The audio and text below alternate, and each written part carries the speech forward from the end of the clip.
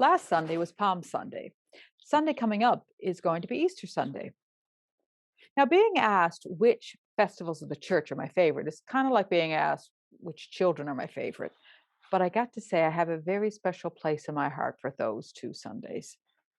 Now, part of it is how I was introduced to them as a child. Both Palm Sunday and Easter Sunday were colorful and joyous and wondrous. The procession around the church with greenery, singing about children walking with Jesus, or the joy of Easter Sunday with the aroma of the lilies and the chocolate Easter eggs. But with both, there was the joyful, smiling faces of my family. Now, the words to describe all of that, the theology came later, but the joy, that was what came first. Now, over the course of my ministry, I have noticed that many people go from one joyous festival to the other and skip the Friday in between. And part of me understands why. Good Friday seems a strange thing. What is good about betrayal and being denied and forsaken and alone? What is good about the injustice of the occupier and your message of justice, love being silenced? And so I can understand why some people want to jump from joy to joy and leave this bit out, because it is emotionally draining. But to miss Good Friday out, to miss the passion, is to miss out on one of the most important roles of the church, and that is to be about lamenting. Now, to lament is to see the world as it is and recognize that it's not entirely the place God created it to be. God created the world and the human family to be a thing of beauty and love. Just think of the Garden of Eden. But we know that this world, our garden, as it were, has thorns. And sometimes those thorns are created by us. And those thorns might actually be us. And so we lament. We gather to lament poverty and want and hunger. We lament that greed is seen as a virtue.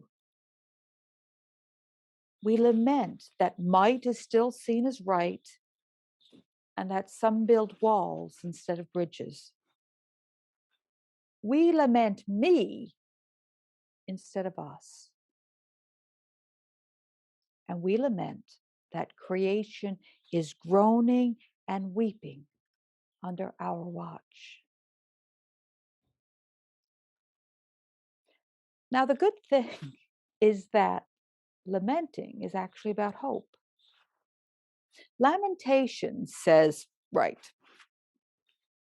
let's acknowledge where we are and then in grace acknowledge where God would have us be and trust in this same God who has created and who is creating. And then, in response, we offer ourselves to be part of that journey of shalom.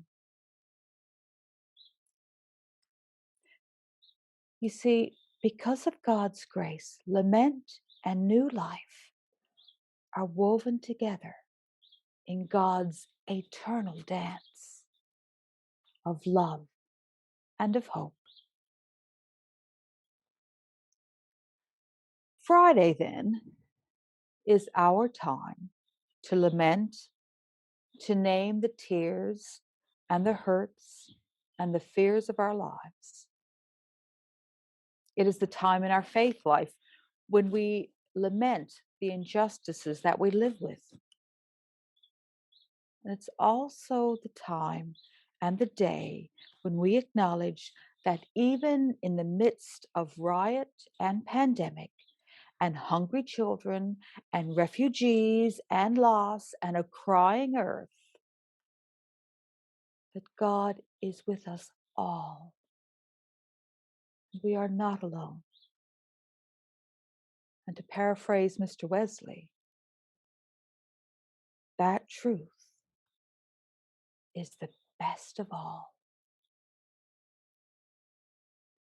So let's come together on Good Friday, wherever and however we are. Come, name the walls, but see God active, building bridges. Good Friday is not the end, nor is the cross. For it is in this story that we find these truths reaffirmed, that betrayal will be overcome. Justice does prevail. Sacrifice does lead to redemption. And so, trusting in God's grace, let us offer our hands and our hearts once again in hope, in faith, and in love. God bless you.